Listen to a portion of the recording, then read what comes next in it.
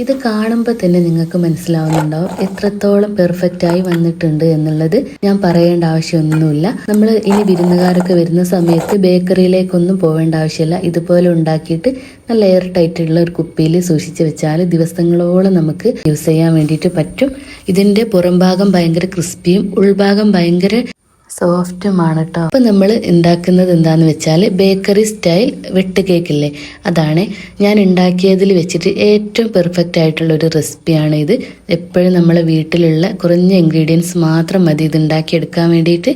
Baking സോഡയോ baking പൗഡറോ ഒന്നും തന്നെ നമ്മളിതിൽ യൂസ് ചെയ്യുന്നില്ല. അല്ലാതെ തന്നെ ഇത് നല്ല പെർഫെക്റ്റ് ആയി കിട്ടും. അപ്പോൾ ഇതെങ്ങനെ ഉണ്ടാക്കുന്നതെന്ന് നമുക്കൊന്ന് നോക്കിയാലോ. ആദ്യം തന്നെ ഒരു ബൗളിലേക്ക് ഒരു കോഴിമുട്ട പൊട്ടിച്ചു വയ്ക്കുക. ഒരൊറ്റ കോഴിമുട്ട മാത്രമേ ഇതിന് ആവശ്യമായിട്ടുള്ളൂ. ഞാനിത് പൊട്ടിച്ചപ്പോഴാണ് ശ്രദ്ധിച്ചത് ഈ ഒരു കോഴിമുട്ടക്ക് 2 ഉണ്ണി ഉണ്ടായിരുന്നു കേട്ടോ. ഇത് ഒരു കോഴിമുട്ട തന്നെയാണ്. ഇനി നമുക്ക് അതിലേക്ക് ഒരു 1/4 കപ്പ് മധുരത്തിന് ആവശ്യമായിട്ടുള്ള പഞ്ചസാര ചേർത്ത് കൊടുക്കുക. എന്നിട്ട് നന്നായിട്ട് മിക്സ് ചെയ്തെടുക്കുക. നിങ്ങളെ കയ്യിൽ വിസ്ക് ഉണ്ടെങ്കിൽ വിസ്ക് വെച്ചിട്ട് മിക്സ് ചെയ്താൽ ഒന്നുകൂടെ എളുപ്പമായിരിക്കും കേട്ടോ. ഞാനിപ്പോൾ സ്പൂണ് വെച്ചിട്ടാണ് മിക്സ് ചെയ്യുന്നത്. ഇനി അതിനുശേഷം അതിലേക്ക് 1 ടേബിൾ സ്പൂൺ സൺഫ്ലവർ ഓയിൽ ചേർത്ത് കൊടുക്കുക. എന്നിട്ട് വീണ്ടും നന്നായിട്ടൊന്ന് മിക്സ് ചെയ്തെടുക്കുക. സൺഫ്ലവർ ഓയിൽ ഉണ്ടെങ്കിൽ അത് തന്നെ ചേർത്താൽ മതി, വെളിച്ചെണ്ണ ഒന്നും ചേർക്കരുത്. ഒരു 3 ഏലക്കായ ചതച്ചതും കൂടി ഈ സമയത്ത് ഇതിലേക്ക് ചേർത്ത് കൊടുക്കുന്നുണ്ട്. നിങ്ങൾ ഇനി പഞ്ചസാര പൊടിച്ചാണ് എടുക്കുന്നതെങ്കിൽ ഈ 1/4 കപ്പ് പഞ്ചസാരയിലേക്ക് ആ ഏലക്കായ കൂടി ഇട്ടിട്ട് പൊടിച്ചിട്ട് ഇതിലേക്ക് ചേർത്ത് കൊടുത്താൽ മതി. എന്നാൽ ഒന്നുകൂടെ എളുപ്പമായിരിക്കും കേട്ടോ. ഞാനിത് നന്നായിട്ട് ഇളക്കിയിട്ട് ഇപ്പം മിക്സാക്കി എടുത്തിട്ടുണ്ട്. പഞ്ചസാര എല്ലാം നന്നായിട്ട് അലിഞ്ഞു വന്നിട്ടുണ്ട്. ഇനി നമുക്ക് ഒരു 1/2 കപ്പ്, അതായത് 125 ഗ്രാം റവ ഇതിലേക്ക് ചേർത്ത് കൊടുക്കാം. എന്നിട്ട് നന്നായിട്ടൊന്ന് മിക്സ് ചെയ്തെടുക്കാം. വേറെ വെള്ളമൊന്നും ഇതിലേക്ക് ചേർക്കുന്നില്ല കേട്ടോ. ഒരു സ്പൂണ് പോലും വെള്ളം ചേർക്കുന്നില്ല. ഈ കോഴിമുട്ടയും പഞ്ചസാരയും അലിഞ്ഞു വരുമ്പോൾ ഉണ്ടാവുന്ന ആ ഒരു വെള്ളം മാത്രമാണ് കേട്ടോ ഇതിൽ യൂസ് ചെയ്യുന്നത്. എന്നിട്ട് അതേ കപ്പിൽ തന്നെ നമ്മൾ 1 കപ്പ് മൈദ കൂടെ ചേർത്തിട്ടുണ്ട്. 250 ml പകുതി, അതായത് 125 ഗ്രാം ആണ് കേട്ടോ ഇത് രണ്ടും എടുത്തിട്ടുള്ളത്. ഇനി ഇത് രണ്ടും കൂടെ നന്നായിട്ട് മിക്സ് ചെയ്ത് നോക്കുക. എന്നിട്ട് ലൂസാണെന്ന് തോന്നുന്നുണ്ടെങ്കിൽ കുറച്ചുകൂടെ മൈദ ചേർത്താൽ മതിയേ. ഞാനൊരു 1/4 കപ്പ് മൈദ കൂടി എടുത്തിട്ടുണ്ട് കേട്ടോ ചേർത്ത് കൊടുക്കാൻ വേണ്ടിയിട്ട്. അപ്പോൾ അതിൽ നിന്നും കുറച്ച് ഞാൻ ആദ്യം ചേർത്ത് നോക്കി. അപ്പോൾ അത് പോരായി തോന്നിയപ്പോൾ ഞാൻ ആ 1/4 കപ്പ് മുഴുവനായിട്ടും ഇതിലേക്ക് ചേർത്ത് കൊടുത്തിട്ടുണ്ടായിരുന്നു. അപ്പോൾ കറക്റ്റ് അളവ് എന്ന് വെച്ചാൽ 1/2 കപ്പ് റവ എടുത്തതിന് 3/4 കപ്പ് മൈദ കൂടിയാണ് കേട്ടോ ചേർത്തത്. അതാണ് ഇതിൻ്റെ കറക്റ്റ് അളവ്. അപ്പോൾ ദാ ഈ ഒരു പരുവത്തിലായി കിട്ടിയിട്ടുണ്ട്. അതായത് ഓവറായിട്ട് ലൂസായി പോകാനും പാടില്ല, എന്നാൽ ഓവറായിട്ട് ടൈറ്റായി പോകാനും പാടില്ല.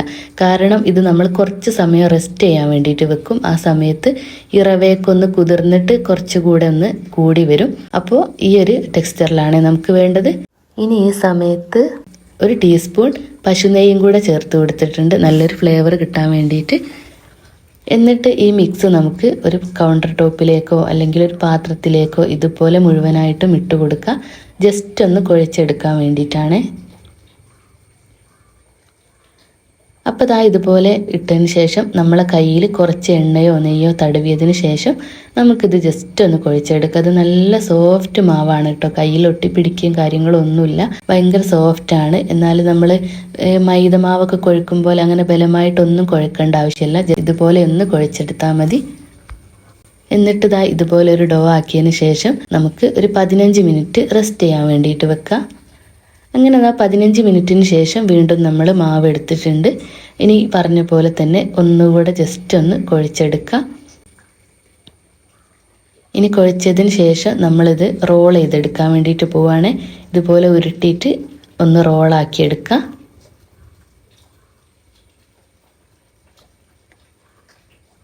ഇങ്ങനെ റോളാക്കിയതിന് ശേഷം ഇനി ഇതിൻ്റെ നടുക്ക് വെച്ചിട്ട് നമ്മൾ കട്ട് ചെയ്തെടുക്കാൻ പോവുകയാണ്. ഇത് 2 പോർഷൻ ആക്കണം. ഇതുപോലെ 2 പോർഷനാക്കി എടുത്തിട്ടുണ്ട്. എന്നിട്ട് ഒരു പോർഷന് എടുത്തിട്ട് നമുക്ക് വീണ്ടും ഒന്നുകൂടെ റോൾ ചെയ്തെടുക്കാം.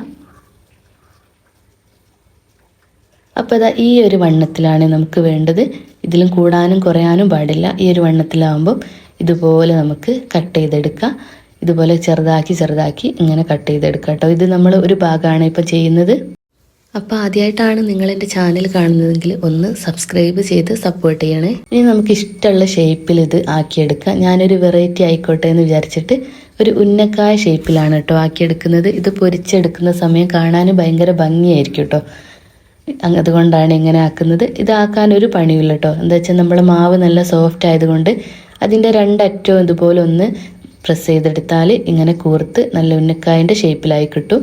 ഇനി നമുക്ക് വെട്ട് കേക്കിൻ്റെ അതേ ഷേപ്പ് തന്നെ മതി എന്നുണ്ടെങ്കിൽ ഇതുപോലെ ഒന്ന് രണ്ട് ഭാഗത്ത് ഒരു വെട്ടിട്ട് കൊടുത്താൽ മതി. അപ്പോൾ നല്ല കറക്റ്റ് വെട്ട് കേക്കായിട്ട് കിട്ടും. അങ്ങനെ മുഴുവനായിട്ട് നമ്മൾ ചെയ്തെടുത്തിട്ടുണ്ട്.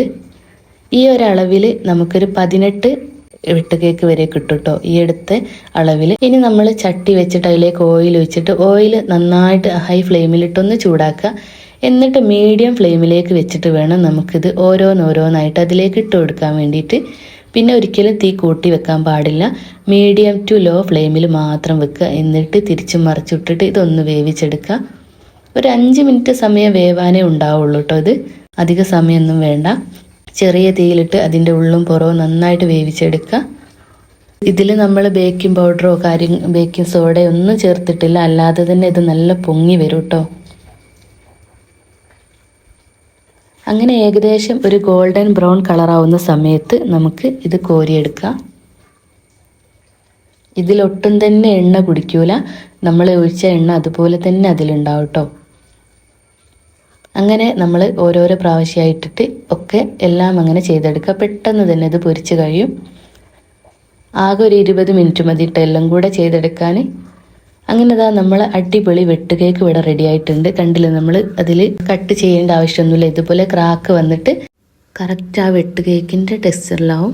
ഇപ്പോൾ നമ്മൾ ഉണ്ടാക്കിയെടുത്തിട്ടുണ്ട്. ഭയങ്കര സോഫ്റ്റ് ആണ് കേട്ടോ. ഇതിൻ്റെ ഉള്ളിൽ ഇത് കണ്ടില്ലേ, കട്ട് ചെയ്യുമ്പോൾ ഇതിൻ്റെ പുറം ഭാഗം നല്ല ക്രിസ്പിയാണ് കേട്ടോ. ഇത് കുറേ ദിവസം ഇരിക്കും കേട്ടോ. നല്ലൊരു എയർ ടൈറ്റ് ടിന്നിലിട്ട് വെച്ചാൽ കുറേ ദിവസം ഇരിക്കും കേടാവാതെ. അപ്പോൾ എല്ലാവരും ഒന്ന് ട്രൈ ചെയ്ത് നോക്കുക. ട്രൈ ചെയ്തിട്ട് ഫീഡ്ബാക്ക് അറിയിക്കുക. ഇഷ്ടമായിട്ടുണ്ടെങ്കിൽ ചാനൽ ഒന്ന് ലൈക്ക് ചെയ്യാനും കമൻറ്റ് ചെയ്യാനും സബ്സ്ക്രൈബ് ചെയ്യാനും മറക്കരുതേ.